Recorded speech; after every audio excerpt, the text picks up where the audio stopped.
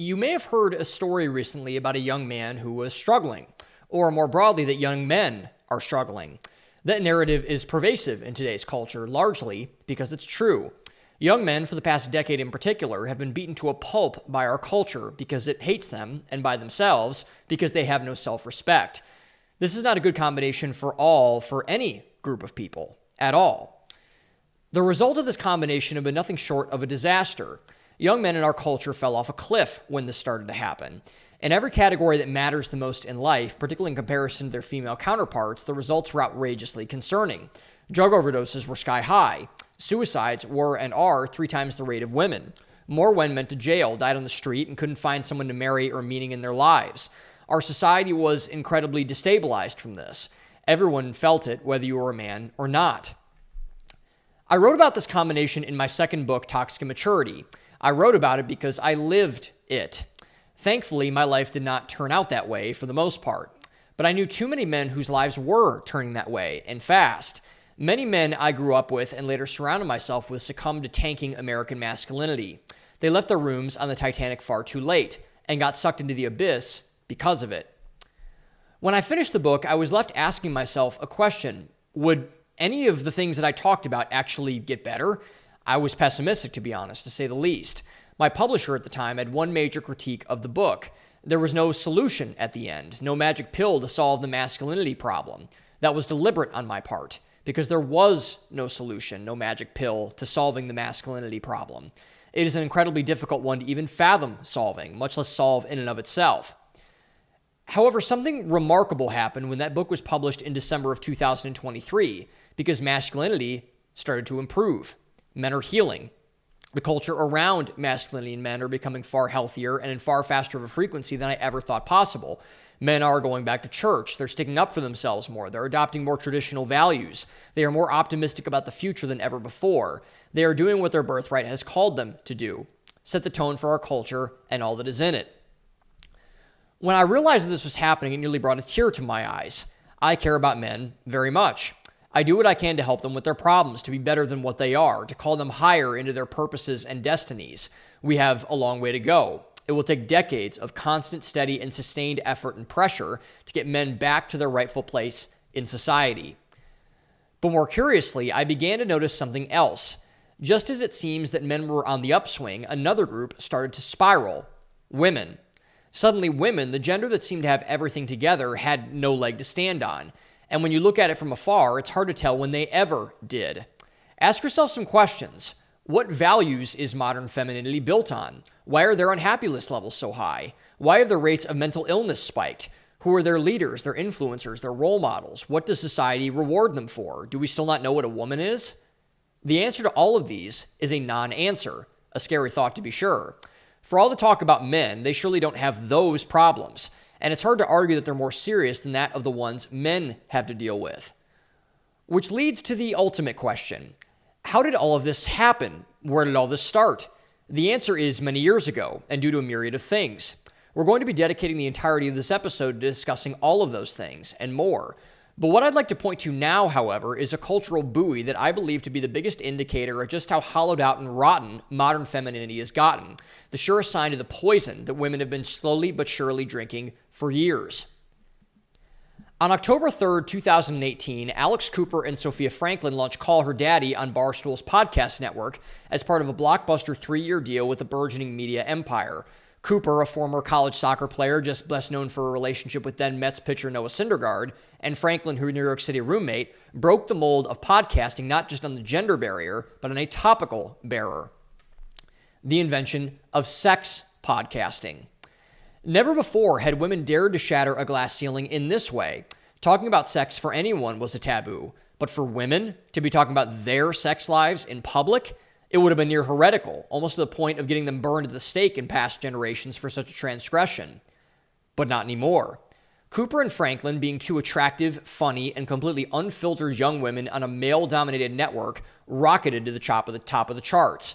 Within 4 episodes, they were a cultural phenom unlike anything the world had ever seen in podcasting. Cooper and Franklin were the newest big thing, a rocket ship unlike nothing ever before seen in podcasting. They were seemingly invincible and unstoppable. Until they weren't. After the COVID pandemic ravaged the world and destroyed much of what we thought we knew about everything, the same phenomenon held true with Call Her Daddy. Cooper and Franklin's relationship fell apart, leading to a pop culture breakup that went nuclear in the span of weeks. Cooper, smartly maneuvering the negotiations behind the scenes, submitted to Dave Portnoy, who called out the two women on their own podcast feed. The two cut a deal with Portnoy, unbelievably letting Cooper walk with the biggest female podcasting brand of all time, no strings attached.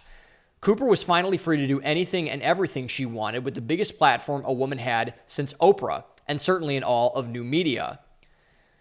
Cooper had both earned and been gifted the biggest opportunity in media in modern world history. She was still only in her mid-20s. She had millions of unbelievably loyal followers, most of whom, being women, were people new media companies had been trying to reach for years. She had created a brand out of nothing in very little time that was now estimated to be worth upwards of $100 million. It was lightning in a bottle, and she and everyone else knew it. And it didn't take her long to capitalize. She soon inked an eye-popping $60 million deal with Spotify for universal distribution, making her the second largest pure podcaster by revenue in the world, only beneath the iconic Joe Rogan. Cooper rebranded the podcast as a solo one and branched out to more interview-style shows, trying to use a sexualized lens to view pop culture. And for a while, it worked. She landed interviews with Miley Cyrus, for example, Zayn Malik, Simone Biles, and Cole Sprouse. The hype around her only grew. Now she was no longer just a sex podcaster. She was a cultural icon. People paid attention to her now. She was a trailblazer, a gorgeous, entrepreneurial, and savvy young woman who seemingly had everything in the world. The institutional powers in all the fields that Cooper touched couldn't get enough of her. Already dramatically behind, they hitched their wagons to her as soon as they possibly could. The message, whether it was with herself or with a guest, was the same. Strong, independent women were the future. Have sex like a man. Marriage is for losers. Get yours before you dare hitch your wagon to some man. You don't need one anyways. Get yourself off, sure, but get yourself a future that goes beyond yourself and your desires. That's yesterday's women. Today's women are the bosses, the leaders, the innovators, the pioneers, the CEOs. The new generation of women, those who would inherit the most vibrant generation of femininity, bought every word from Cooper's mouth, hook, line, and sinker. The Alex Cooper gravy train, no pun intended, kept moving apace. She soon gained enough traction to open up her own media company, Unwell, and began to sign talent left and right, including uber-viral TikTok influencer Alex Earl. The black hole kept amassing more energy, pulling anything close to her orbit into her for take advantage of. More followers, more brand deals, more drink companies, more everything. Alex Cooper, as she parroted over and over again, had it all. Until one viral mistake changed everything. On October 26, 2023, at 28 years old, Alex Cooper accepted a marriage proposal from her longtime secret boyfriend, Matt Kaplan. Kaplan, known for years to her audience as Mr. Sexy Zoom Man, was one of the most under-the-radar producers in Hollywood. Cooper had come across him during a Zoom call during the height of the pandemic during a business meeting, per his nickname. The two had started talking afterwards and developed a secretive romance. Kaplan, more than a decade older than Cooper, who had been divorced prior, found Cooper attractive both personally and professionally. He was the person behind the scenes that drove many of her business ventures, including how to start up her company and how to secure partners through different channels and connections. Him and Cooper made a great team. Her as the face of the brand, him as the brain behind the operation. Normally, women freak out in a very positive way when another woman, particularly one who is so loved and looked up to, gets engaged. They shower her with praise. They repost her on their Instagram stories with hearts and the happy crying emoji. They're incredibly happy that one of their friends and one of their idols found their forever person, their missing piece, whom they will have and hold for the rest of forever. But instead, in the case of Alex Cooper, women freaked out in a negative way. Instead of being happy for her, her fans felt something else, betrayed by her. The reaction to Cooper's Instagram post was explosive in all the worst ways. What happened to, quote-unquote, I don't need a man? Weren't you supposed to be a strong, independent woman? Why do you get to spend the rest of your life with a rich Hollywood producer after bragging for years about your sex life, while other, less high-status men look at me in shame over my body count that you encouraged? On and on they went. The comments soon became so vicious that Cooper shut down all comments on her Instagram posts on every single one of her posts for months. She had miscalculated. Her well-maintained daddy gang was now ganging up on her. She was exposed for what she truly was. A fraud, a luxury belief peddler, a quote, do as I do, not as I say person. Cooper thought her beloved followers, her de facto cult that she had manufactured out of thin air, would forgive her. But she was wrong. They didn't, and still to a large degree, haven't. Cooper was married a year later, solidifying her have-it-all status. She had the marriage of her dreams. She still had the biggest female podcasting empire in the world, which had just inked a large-scale distribution deal with SiriusXM. She was rich behind her wildest dreams. She had now mainstream cultural clout. She had beaten the odds and had, in theory, won the game. But her ultimate dream had turned into a nightmare. Alex Cooper remarkably had the biggest platform for a woman in the new media age and completely fumbled it. She could have used it for so much good. She could have inspired young women to follow their dreams, become more intelligent, or be productive members of society. Instead, she taught them blowjob techniques and how to gaslight men to keep them interested in them for sex, tools she outwardly admitted she didn't follow herself. What a waste. After the immense blowback, Cooper started to pivot harder away from her former life as a sex podcasting pioneer and into more quote-unquote important matters of pop culture and politics. Her quote-unquote marquee moment, if there was one, was when she landed an interview with Vice President Kamala Harris. This was not a compliment. Harris and her campaign made it a point of emphasis to avoid any and all hard questions, particularly from non-corporate media entities such as the aforementioned Joe Rogan. Alex Cooper and Shannon Sharpe, also an unhinged sexual degenerate trying to rehab his image, were the only ones Harris, herself being a former unhinged sexual degenerate who slept her way to power, graced her presence with. The Harris interview was a complete and total train wreck from the beginning. The main focus of their completely fabricated conversation centered around abortion, both of which were doing under the impression that would be the deciding issue in the campaign and the following election. It wasn't then, and certainly isn't now, because abortion has hardly made the news since the new Trump administration took office. They greatly miscalculated their relevance and their topic of choice as being appealing to voters. More embarrassingly, Cooper did not go viral in what should have been the most viral moment of her young life. Even though Harris turned out to be a horrific candidate for nearly every vantage point imaginable, she was still one of the two people that could have been our commander-in-chief. Cooper wasn't yet 30 years old by the time she landed Kamala Harris for an interview. That should have been a coronation, an ultimate feather in her cap, the finalized passing of the torch from the young to the old. Instead, what Cooper got was less than 1 million views for the Harris interview on her YouTube account. By contrast, when Joe Rogan interviewed Donald Trump, his interview averaged 1 million views an hour on the first day of circulation. The interview at the end of the day was a total flop for both parties and made both women out to be exactly what they were, completely hollow idiots running an AstroTurf campaign on both sides of the mic to appear as if they were something which they so clearly were not. 9 months later, Cooper is still trying to cling to relevancy. Her podcast is still overwhelmingly popular, but in the way that Genesis and Fetty Wap once were. They're riding a one-hit wonder, an old beat, something that people are beginning to get tired of listening to on the radio.